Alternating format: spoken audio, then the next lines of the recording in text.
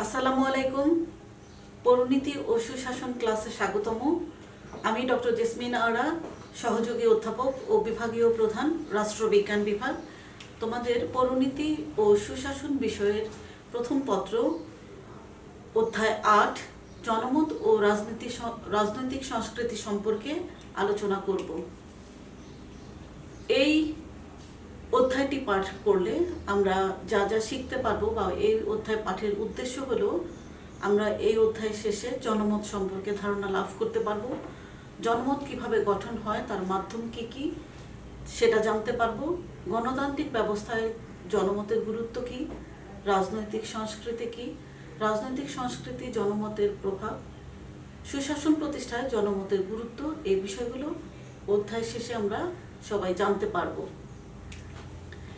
জনমতের সংজ্ঞা দিতে গিয়ে প্রথমেই যে কথাটা বলা যায় সেটা হলো, জনমতকে বলা হয় ভয়েস অফ গড। রুশ বিপ্লবের সময় ফরাসি দার্শনিক রুশো জনগণের মতকে বিধাতার মত বলে বলেছেন। আর ফরাসি দার্শনিক জ্যাক রুশোর এই লেখনীতেই সর্বপ্রথম জনমতের শব্দটি প্রয়োগ করতে দেখা যায়।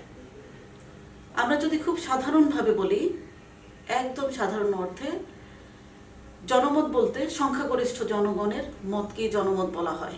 কিন্তু যদি পরিণীতির ভাষায় আমরা বলতে যাই, তাহলে সংখ্যাগরিষ্ঠ জনগণের যে কোনো মতামতকেই জনমত বলা যাবে না। জনমত হতে হলে সেটাকে হতে হবে অবশ্যই প্রভাবশালী, যুক্তিযুক্ত, স্পষ্ট, কল্যাণকামী এবং যে মতামতটা জনগণের কাছে গ্রহণযোগ্য, সেই সমস্ত মতামতকেই জনমত বলা যায়। তাহলে জনমতের বৈশিষ্ট্য কি কি হবে?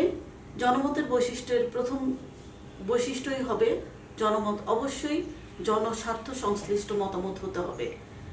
কোনো ব্যক্তিগত স্বার্থ সংশ্লিষ্ট কোনো মত জনমত হবে না। সেটা সমগ্র জনগোষ্ঠীর যাতে সার্বিক কল্যাণ সাধিত হয়, এ ধরনের মতে জনমত হিসেবে স্বীকৃত হয়। এছাড়া দ্বিতীয়ত হলো, জনমতের জন্য মতামতটা হতে হবে জনকল্যাণকামী।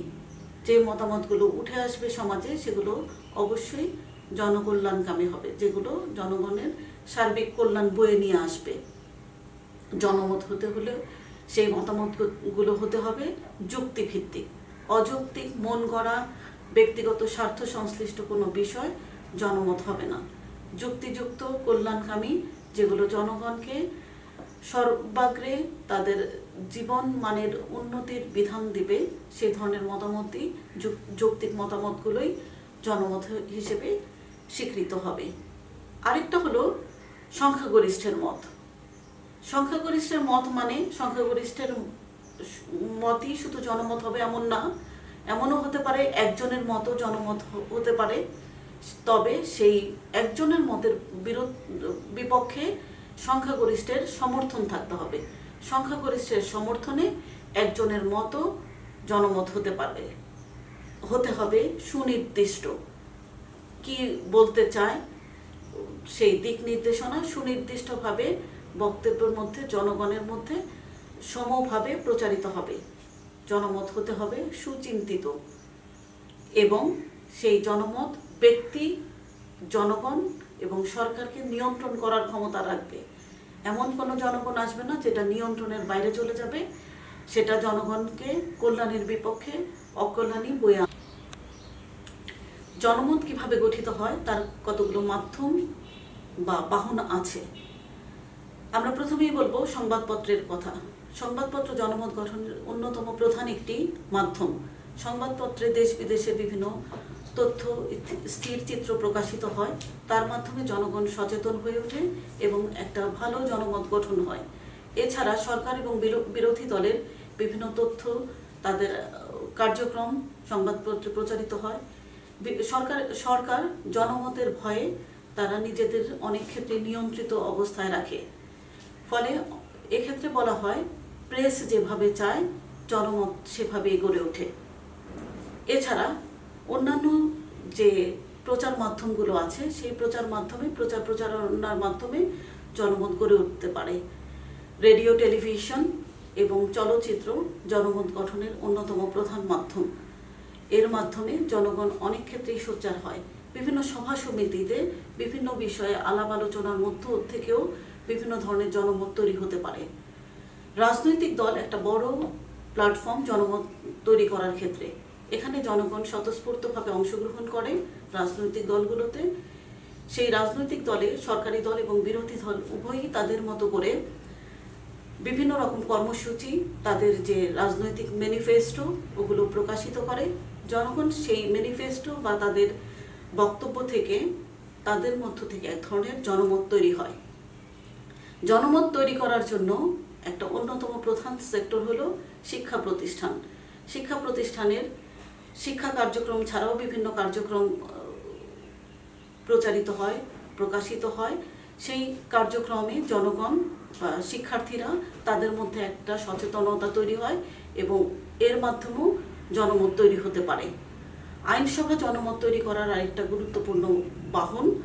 আইনসভাতে আইনসভার যারা সদস্য তাদের বক্তব্য, বিতর্ক, আলাপ আলোচনা, পর্যালোচনা সেগুলো তারা পেশ করে। এগুলো বিভিন্ন টেলিভিশনে প্রচার মাধ্যমে প্রকাশিত হয়, প্রচারিত হয়। জনগণ সেগুলো শোনে, দেখে এবং সেখান থেকে তাদের মধ্যে জনমত গড়ে ওঠে। এছাড়া পরিবারে বিভিন্ন রকম সামাজিক, রাজনৈতিক বিভিন্ন বিষয় নিয়ে আলোচনা হয়, অর্থনৈতিক বিভিন্ন ক্ষেত্র নিয়ে আলোচনা হয় পরিবারে। সেই পারিবারিক আলোচনা থেকেও জনমত তৈরি হয়। এছাড়া বিভিন্ন ধর্মীয় সংঘ তারা ধর্মীয় আলাপ আলোচনার মাধ্যমে ধর্ম প্রচার, ধর্মীয় বিভিন্ন দীক্ষার মাধ্যমেও জনমত তৈরি করতে পারে। এছাড়া এখন বর্তমানে জনমত তৈরি করার জন্য অন্যতম প্রধান আরেকটা মাধ্যম হলো বিভিন্ন সামাজিক যে যোগাযোগ মাধ্যম। এই যোগাযোগ মাধ্যমেও জনমত তৈরি হচ্ছে ব্যাপকভাবে। সুষ্ঠু জনমত গঠন করার জন্য আমেরিকার আধুনিক রাষ্ট্রবিজ্ঞানী লেখক রেনেক জনমতের 4টি অপরিহার্য শর্তের কথা উল্লেখ করেছেন। এগুলো হলো সম্প্রদায়। তার মানে জনমত গঠন করার জন্য বিভিন্ন সম্প্রদায় থাকতে হবে, যার সদস্যরা নিজেদের মধ্যে আলাপ আলোচনা করবে এবং বিভিন্ন স্বার্থ বিষয়ে তারা আলাপ আলোচনা করে তাদের মধ্যে একটা জনমত তৈরি হওয়ার প্রেক্ষিত তৈরি হয়। এছাড়া সাধারণ স্বার্থজনিত বিষয়গুলো যেগুলো আলোচনা হবে, সেই আলোচনাগুলোর মধ্যে যারা আলোচক থাকবে, সম্প্রদায়ের ব্যক্তি গোষ্ঠী, তাদের মধ্যে মত পার্থক্য থাকবে। মত পার্থক্য, আলাপ আলোচনা সব কিছুর পরিপ্রেক্ষিতে শেষ সীমায় এসে তাদের মধ্যে একটা জনমত তৈরি হবে। এছাড়া নেতৃত্ব জনমত গঠনের অন্যতম আরেকটি গুরুত্বপূর্ণ শর্ত। সেটা হলো জনগণের স্বার্থ সংশ্লিষ্ট বিষয়গুলোর উপর নির্ধারণ করে এর প্রচার, এর গতি, জনগণের মনোযোগ, তাদের যে আকর্ষণ, তার জন্য দরকার হয় নেতৃত্ব। কারণ যদি একজন সঠিক নেতা বাছাই করা যায়, দ্রুত তাদের যে জনমত তৈরি হয় সেটা কার্যকর করা সহজ হয়ে যায়। এবং জনকল্যাণের, জনসাধারণের ঐক্য, জনমত গঠন করার জন্য জনসাধারণের মধ্যেও বেশ কিছু ঐক্যবোধের প্রয়োজন রয়েছে। এছাড়া জনমত এই শর্তগুলো ছাড়া আরও বেশ কিছু শর্ত যদি পালন করে তাহলে সুষ্ঠু জনমত গঠিত হতে পারে। যেমন শিক্ষা, সামাজিক অর্থনৈতিক সাম্য, তারপর সমজাতীয় জনগোষ্ঠী এবং স্বায়ত্তশাসন, এই সমস্ত শর্তগুলি যদি পূরণ করা যায় তাহলে সুষ্ঠু জনমত সমাজে তৈরি হয়। জনমতের গুরুত্ব। গণতান্ত্রিক শাসন ব্যবস্থা, এখানে জনমতের উপর কেন্দ্র করে গণতান্ত্রিক শাসন ব্যবস্থাটা পরিচালিত হয়। জনমতের মাধ্যমেই সরকার গঠন হয়। গণতান্ত্রিক শাসন ব্যবস্থায় সরকার পদ্ধতি যেমনই হোক না কেন, সরকার গঠন করে জনমতের উপর ভিত্তি করেই। ফলে সরকার নির্বাচনে কোন দল বিজয়ী হবে, কারা সরকার গঠিত হবে, এটা জনমতের উপরই বহুলাংশে নির্ভর করে। ফলে রাজনৈতিক দলগুলো সচেষ্ট থাকে তাদের কর্মসূচি নির্ধারণের ক্ষেত্রে। এছাড়া জনমত আরেকটা জিনিস করতে পারে, জনগণকে সচেতন করে তুলতে পারে। রাষ্ট্রে যদি কোনো রকম অনিয়ম, দুর্যোগ, দুর্নীতি অপসংস্কৃতির অনুপ্রবেশ ঘটে, তখন জনগণ সচেতন হয়, সোচ্চার হয়, বিভিন্নভাবে তারা সরকারকে জানায়। সেই প্রেক্ষিতে জনগণ আরও বেশি সচেষ্ট হয়, সরকার সেই অনুযায়ী বিভিন্ন নির্দেশনা দেয়। ফলে জনমত গুরুত্বপূর্ণ ভূমিকা হিসেবে জনগণকে সচেতন করে এবং সরকারের মূল্যায়নের ক্ষেত্রেও জনমত গুরুত্বপূর্ণ ভূমিকা পালন করে। এই কারণ সরকার জনমতের ভয়ে সবসময় ভীত থাকে। জনগণকে বা জনমতকে অগ্রাহ্য করে সরকার কোনো সিদ্ধান্তই নিতে পারে না। ফলে সরকার সবসময় খেয়াল করে কিভাবে জনকল্যাণকামী কার্যক্রম সম্পূর্ণ করা যায়। একইভাবে বিরোধী দলও চিন্তা করে যে তারা যেহেতু নির্বাচনে পরাজিত হয়েছে, পরবর্তী নির্বাচনে যাতে বিজয়ী হতে পারে সেজন্য তারা জনগণের মতামতের দিকে অধিক দৃষ্টি রাখে এবং জনমতকে তারা গুরুত্ব দেয়।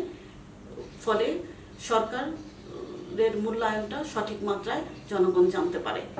আইনের শাসন প্রতিষ্ঠিত হয় জনমতের কারণে, কারণ জনগণের একটা চাপ অবিরাম সরকারের উপর থেকেই যায়। ফলে সরকার আইন বহির্ভূত কোনো সিদ্ধান্ত নিতে গেলেই জনমতের কথাটা একবার বিবেচনায় নিয়ে আসে। এছাড়া মানবাধিকার রক্ষার ক্ষেত্রে জনমত অত্যন্ত গুরুত্বপূর্ণ ভূমিকা পালন করে, কারণ মানবাধিকার রক্ষার ক্ষেত্রে যদি কোনো ব্যতিক্রম ঘটে তাহলে জনগণ সেক্ষেত্রে চাপ প্রয়োগ করতে পারে। ফলে মানবাধিকার রক্ষার ক্ষেত্রেও জনমত গুরুত্বপূর্ণ ভূমিকা পালন করে। এখন আমরা দেখব গণতন্ত্র এবং জনমত দুটা আসলে একাকারভাবেই, কারণ আধুনিক প্রতিনিধিত্বমূলক গণতান্ত্রিক শাসন ব্যবস্থা জনমতের উপরই প্রতিষ্ঠিত।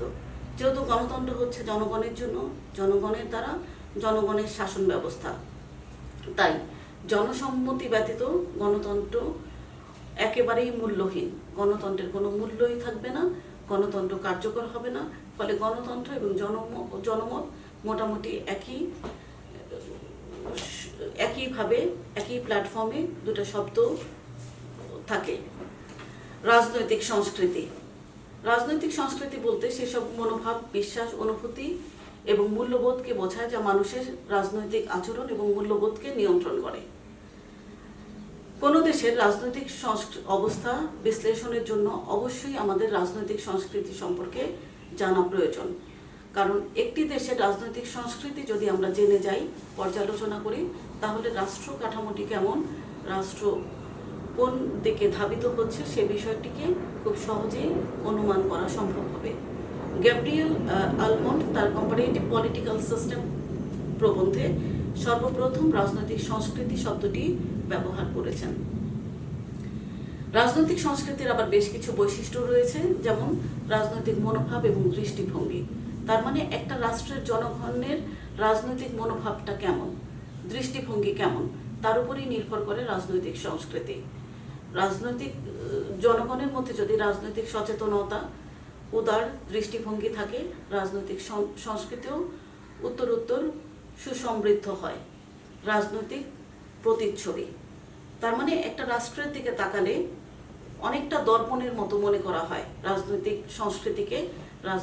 একটা রাষ্ট্রের সাথে একটা রাষ্ট্র কাঠামো কি পর্যায়ে পরিচালিত হচ্ছে তা অনেকটাই বোঝা যাবে রাজনৈতিক সংস্কৃতির অবস্থাটা দেখে। ফলে এটাকে একটা দর্পণের সাথে তুলনা করা যায়। এছাড়া অন্তর্নিহিত এবং গণতান্ত্রিক দিকের প্রকাশ করে রাজনৈতিক সংস্কৃতি, যেমন মানুষ কি ভাবছে, কিভাবে মানুষ সামনের দিকে এগোতে চায়, এই বিষয়গুলো রাজনৈতিক সংস্কৃতির মাধ্যমেই অনুধাবন করা যায় এবং ফুটিয়ে তোলা যায়।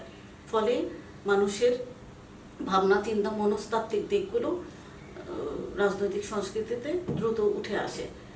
রাজনৈতিক অনুভূতির সমষ্টি রাজনৈতিক সংস্কৃতির একটি অন্যতম প্রধান বৈশিষ্ট্য, কারণ রাজনৈতিক অনুভূতি, বিশ্বাস, তাদের আচরণ সব মিলেই রাজনৈতিক সংস্কৃতি তৈরি হয়। ফলে মানুষের ভাবনা, চিন্তা, আকাঙ্ক্ষা, আগ্রহ সব মিলেই রাজনৈতিক সংস্কৃতির একটা সমষ্টি তৈরি হয়। রাজনৈতিক সংস্কৃতি হচ্ছে জ্ঞান সম্পর্কিত দৃষ্টিভঙ্গি। তার মধ্যে রাজনৈতিক বিষয়ে নানাবিধ জ্ঞান, প্রজ্ঞা, তাদের ধারণা, বিশ্বাস সব বিষয়গুলো রাজনৈতিক সংস্কৃতির মধ্যে উঠে আসে এবং সবকিছুর মিলিত সমষ্টি হলো রাজনৈতিক সংস্কৃতি। রাজনৈতিক সংস্কৃতির এখন আমরা প্রকারভেদ দেখব। বিভিন্ন রাষ্ট্রবিজ্ঞানী ভিন্ন ভিন্ন দৃষ্টিভঙ্গি থেকে রাজনৈতিক সংস্কৃতির প্রকারভেদ বিন্যাস করেছেন। তবে গ্যাব্রিয়েল অ্যালমন্ড এবং সিডনি ভার্বা তিনটি রাজনৈতিক সংস্কৃতির কথা বলেছেন। এই তিনটি রাজনৈতিক সংস্কৃতির দিকে যদি আমরা একটু দৃষ্টিপাত করি, তাহলেই আমরা বুঝতে পারবো যে কোন দেশটি উন্নত, অনুন্নত এবং উন্নয়নশীল।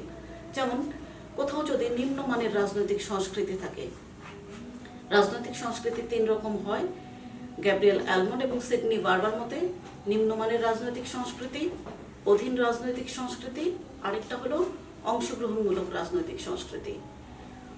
কোনো রাষ্ট্রের রাজনৈতিক সংস্কৃতি যদি নিম্নমানের রাজনৈতিক সংস্কৃতি হয়, অর্থাৎ রাজনৈতিক কার্যক্রমে জনগণের অংশগ্রহণের মাত্রা একেবারেই নিষ্ক্রিয় থাকে, তাহলে সেই রাষ্ট্রটি অনুন্নত রাষ্ট্র হিসেবে স্বীকৃত। আর অধীন রাজনৈতিক সংস্কৃতি বলতে এই রাজনৈতিক সংস্কৃতির দেশগুলোতে কিছু অংশ মানুষ রাজনৈতিক কার্যক্রমে অংশগ্রহণ করে, কিছু মানুষ রাজনৈতিক অংশগ্রহণে একেবারেই অনাগ্রহ প্রকাশ করে। এই সমস্ত রাষ্ট্রগুলো মূলত উন্নয়নশীল রাষ্ট্রের দিকে ধাবিত হয়। আর অংশগ্রহণমূলক রাজনৈতিক সংস্কৃতি যেখানে সেই রাষ্ট্রের রাজনৈতিক কর্মকাণ্ডে জনগণের অধিকাংশ জনগণই অনেক সোচ্চার থাকে, ব্যাপকভাবে অংশগ্রহণ করে, ফলে সরকার কি করছে, তাদের বিভিন্ন পদক্ষেপ সম্পর্কে জনগণ এতই বেশি ওয়াকিবহাল থাকে, ফলে ওই রাষ্ট্রটি উন্নত রাষ্ট্রের দিকে উত্তরোত্তর ধাবিত হতে থাকে। জনমত রাজনৈতিক যদি সংস্কৃতির সম্পর্কের কথা বলি, এই দুইটা আসলে মূলত একটার আরেকটার বিপরীত, একেবারেই প্যারালাল পথ। সুষ্ঠু জনমত এবং রাজনৈতিক সংস্কৃতি দুটোই সুস্থ এবং উন্নত রাজনৈতিক মূল্যবোধ এবং জনগণের উদার মানবিক দৃষ্টিভঙ্গির উপর নির্ভরশীল। তার মানে জনগণ উদার হবে, জনগণের দৃষ্টিভঙ্গি অনেক বেশি স্বচ্ছ থাকবে যদি সুষ্ঠু রাজনৈতিক সংস্কৃতি গড়ে ওঠে এবং জনমত সুষ্ঠু হয়। এছাড়া জনমত এবং রাজনৈতিক সংস্কৃতি উভয়ই রাজনীতি সম্পর্কে মানুষের দৃষ্টিভঙ্গি পরীক্ষা করে। তার মানে এই দুটোই জনগণ কিভাবে কি ভাবছে তার উপরেই ডিপেন্ড করে। তার মানে একটা রাষ্ট্রে রাজনৈতিক সংস্কৃতি যদি খুব বেশি অংশগ্রহণমূলক হয়, তাহলে সেখানে জনমত দৈনন্দিনভাবেই জনমত ভালোভাবে গড়ে উঠবে। জনকল্যাণে তারা রাষ্ট্রের কাছে বিভিন্ন রকম দিক নির্দেশনা দিতে পারবে। উভয় ক্ষেত্রেই সামাজিক জরিপের মাধ্যমে বিভিন্ন প্রশ্নের সমাধান পাওয়া যায়। জনমত এবং রাজনৈতিক সংস্কৃতি দুটো যদি আমরা জরিপ করি, তাহলে দেখা যাবে যে যদি জনমত ভালোভাবে কাজ করে, সুষ্ঠু জনমত গড়ে ওঠে, তাহলে বিভিন্ন জায়গায় রাজনৈতিক সংস্কৃতিটাও ডেভেলপ করবে। ফলে উভয় ক্ষেত্রে যদি আমরা বিভিন্ন রকম জরিপ করে, দেখা যাবে একটা ছাড়া আরেকটা গড়ে ওঠা আসলে খুব দুঃসাধ্য। আমরা জনমত এবং রাজনৈতিক সংস্কৃতির পার্থক্য একটু দেখাতে চাই। একটু মনে রাখার জন্য আমি এভাবেই বলতে চাই যে রাজনৈতিক সংস্কৃতি আমরা জানি যে সাধারণত মূল্যবোধ, বিশ্বাস, নিজ দেশের আর্থসামাজিক রাজনৈতিক অবস্থা উপর ভিত্তি করেই গড়ে ওঠে। আর জনমত গড়ে ওঠে সমসাময়িক নেতৃত্ব, বহির্বিশ্বের বিভিন্ন ঘটনাবলী, বিভিন্ন পত্রপত্রিকা থেকে দেখে তারপরেই জনমত গড়ে ওঠে। তুলনামূলকভাবে রাজনৈতিক সংস্কৃতি স্থিতিশীল, অপরিবর্তনীয়। আর এটা বুঝতেই পারছো, জনমত স্থিতিশীল যদি রাজনৈতিক সংস্কৃতি স্থিতিশীল থাকে। রাজনৈতিক সংস্কৃতি যদি অস্থিতিশীল হয়ে যায়, তাহলে জনমত আর স্থিতিশীল থাকতে পারে না। এছাড়া রাজনৈতিক সংস্কৃতি ধীরে ধীরে গড়ে ওঠে, বিবর্তনের মাধ্যমেও গড়ে ওঠে এবং এটা স্থায়ী হয় দীর্ঘস্থায়ীভাবে। যেমন আমাদের বাংলাদেশের রাজনৈতিক সংস্কৃতি ডেফিনেটলি বিবর্তনের মাধ্যমে আজকের যে অবস্থানে আছে সেটা ধীরে ধীরে গড়ে উঠেছে, একদিনে এই পর্যায়ে আসেনি, এটা স্থায়ীভাবেই থাকবে। আর জনমত এটা ধীরে হয়, হঠাৎ করে হয়, দ্রুত গড়ে ওঠে, কিন্তু অনেক ক্ষেত্রে আবার অনেক সময় এটা অস্থায়ীও হয়। সবসময় যে স্থায়ী হয় সেটা না, জনমত অনেক ক্ষেত্রেই পরিবর্তন হয়।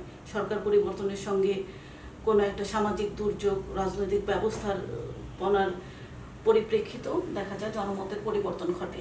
এছাড়া রাজনৈতিক সংস্কৃতি বোঝাই যাচ্ছে যেটা খুব গভীর এবং সময় সাপেক্ষ, ধীরে ধীরে গভীরতার সাথে গড়ে ওঠে। একটা রাষ্ট্রের রাজনৈতিক সংস্কৃতি আজকে একরকম রইল, আবার দুদিন পরে পরিবর্তন হবে, এরকম প্রেক্ষিত আসলে তৈরি হয় না। কিন্তু জনমত তুলনামূলকভাবে অগভীর, তার মানে যখন তখন জনমতের পরিবর্তন হতে পারে। এই হলো রাজনৈতিক সংস্কৃতি এবং জনমতের পার্থক্য। এখন আমি তোমাদের কিছুটা বাড়ির কাজ দিব, বাড়ির কাজগুলো তোমরা করবে। এই অধ্যায় থেকে আমরা মোটামুটি 2 ধরনের প্রশ্ন দিব, কিছু জ্ঞানমূলক প্রশ্ন আর কিছু অনুধাবনমূলক প্রশ্ন। প্রথম প্রশ্নটাই হলো জনমত কি? জনমত গঠনের একটি আধুনিক মাধ্যমের নাম লেখো। একদম সহজ, তোমরা এখনই পারবে। জনমতকে রাজনৈতিক অর্থে কে প্রথম ব্যবহার করেন? জন স্টুয়ার্ট মিল প্রদত্ত জনমতের সংজ্ঞাটি লেখো। গণতন্ত্রের প্রাথমিক শর্ত কি? রাজনৈতিক সংস্কৃতি কি? কোন শতাব্দীতে রাজনৈতিক সংস্কৃতির ধারণাটি গুরুত্ব পায়? জনমতের 2টি বাহনের নাম লেখো। অনুধাবনমূলক প্রশ্ন আমরা কতগুলো দিব? 9টা প্রশ্ন, খুব বেশি না। এই অধ্যায় থেকে এই প্রশ্নগুলো তোমরা দেখবে। রাজনৈতিক সংস্কৃতি বলতে কি বোঝায়? রাজনৈতিক সংস্কৃতির সাথে গণতন্ত্রের সম্পর্ক লেখো। পৌরনীতিতে জনমত বলতে কি বোঝায়? জনমত গঠনের প্রাথমিক মাধ্যম কোনটি ব্যাখ্যা করো। শিক্ষা প্রতিষ্ঠান কিভাবে জনমত গঠনে ভূমিকা রাখে? তারপর হলো জনমত গঠনে আইনসভার ভূমিকা কি? জনমতকে গণতন্ত্রের প্রাণ বা ভিত্তি বলা হয় কেন? জনমত গঠনে রাজনৈতিক দলের ভূমিকা কি? জনমতের মাধ্যমগুলোর নাম লিখো। তোমরা এই বিষয়গুলো, বাড়ির কাজগুলো সুন্দর মতো করবে। ভালো থাকবে, সাবধানে থাকবে। ধন্যবাদ।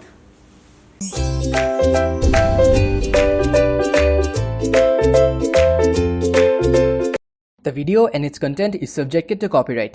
Convention of this video elsewhere is a punishable offense. Any redistribution or reproduction of part or all of the contents in any form is prohibited. You may not issue or commercially exploit the content, nor you may transmit, duplicate, publicly display, or make derivatives of this video. The video is protected by intellectual property claims to stimulate and ensure originality. All rights reserved by Adamjing Entertainment College.